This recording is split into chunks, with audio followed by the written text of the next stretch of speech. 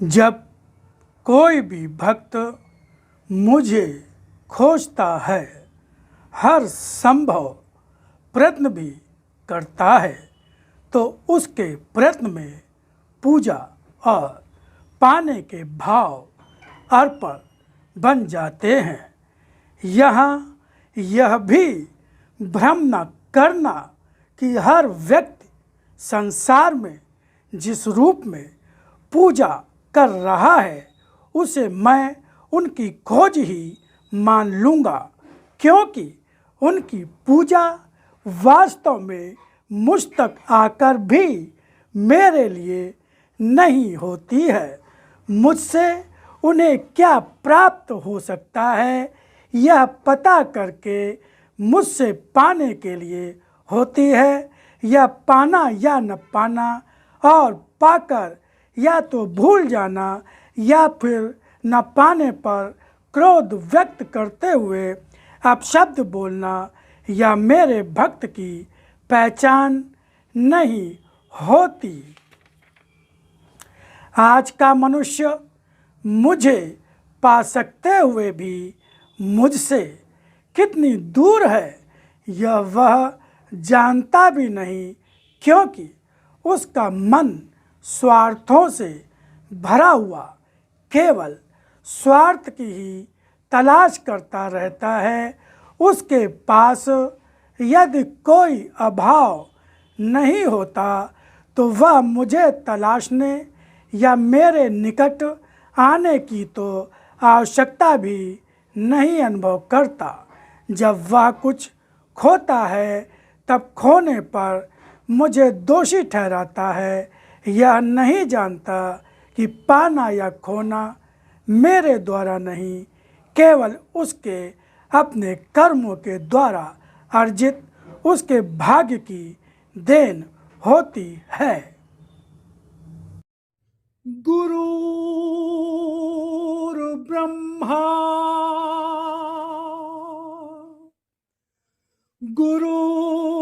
गुरुर्विष्णु गुरुर्देवो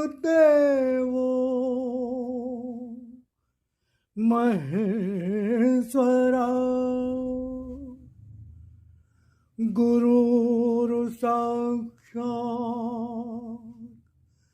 परब्रह्म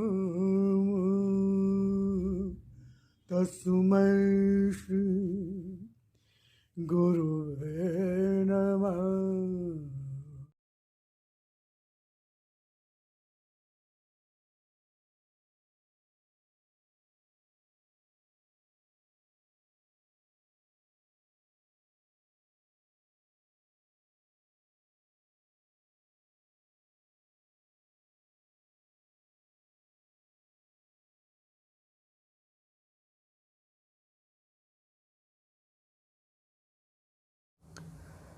कर्मों से अपराधी होकर मन वचन से अपराधी न होकर भी क्या आस्थावान कहला सकता है।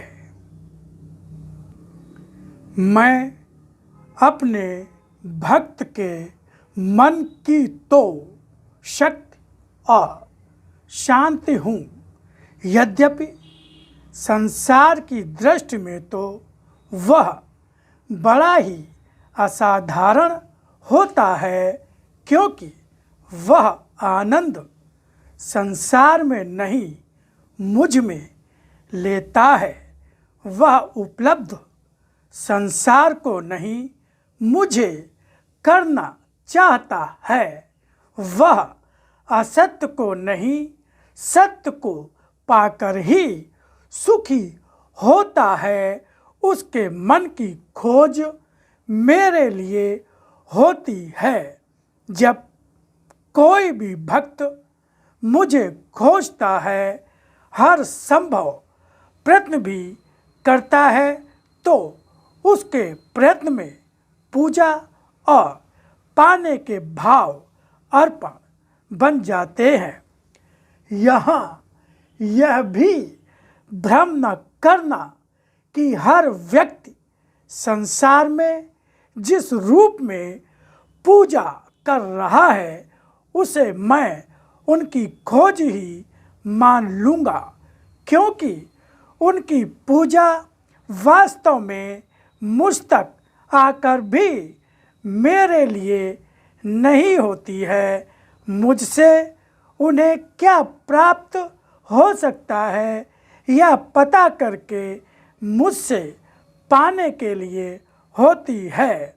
यह पाना या न पाना और पाकर या तो भूल जाना या फिर न पाने पर क्रोध व्यक्त करते हुए अपशब्द बोलना या मेरे भक्त की पहचान नहीं होती। ऐसे भक्त तो भरे पड़े हैं संसार में, वे मुझे पाने का प्रयत्न नहीं करते, मैं उन्हें अपने निकट लाता नहीं हूँ। फिर क्या चंदन का टीका लगाने से ही वे मेरे भक्त बन जाएंगे? जिन प्रयत्नों में भावना, निष्ठा, विश्वास और त्याग होता है वे ही मेरे लिए होते हैं। आज का मनुष्य मुझे पा सकते हुए भी मुझसे कितनी दूर है यह वह जानता भी नहीं, क्योंकि उसका मन स्वार्थों से भरा हुआ केवल स्वार्थ की ही तलाश करता रहता है। उसके पास यदि कोई अभाव नहीं होता तो वह मुझे तलाशने या मेरे निकट आने की तो आवश्यकता भी नहीं अनुभव करता। जब वह कुछ खोता है तब खोने पर मुझे दोषी ठहराता है। यह नहीं जानता कि पाना या खोना मेरे द्वारा नहीं, केवल उसके अपने कर्मों के द्वारा अर्जित उसके भाग्य की देन होती है।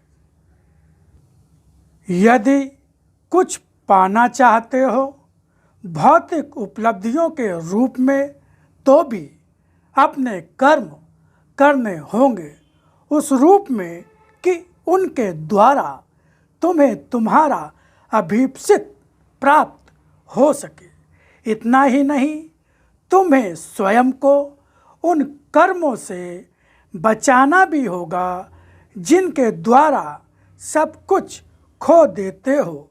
अगर कर्म किए पाने के साथ ही उन पाए हुए लाभ को खो देने के भी कर्म कर डाले, तब तुम्हारे सारे कर्म व्यर्थ हो जाएंगे।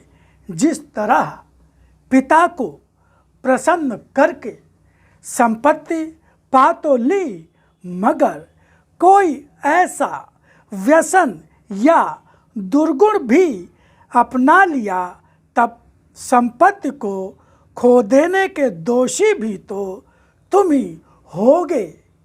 तुम उस अभाव की स्थिति में कुछ न देने का दोष अपने पिता को तो नहीं दे पाओगे।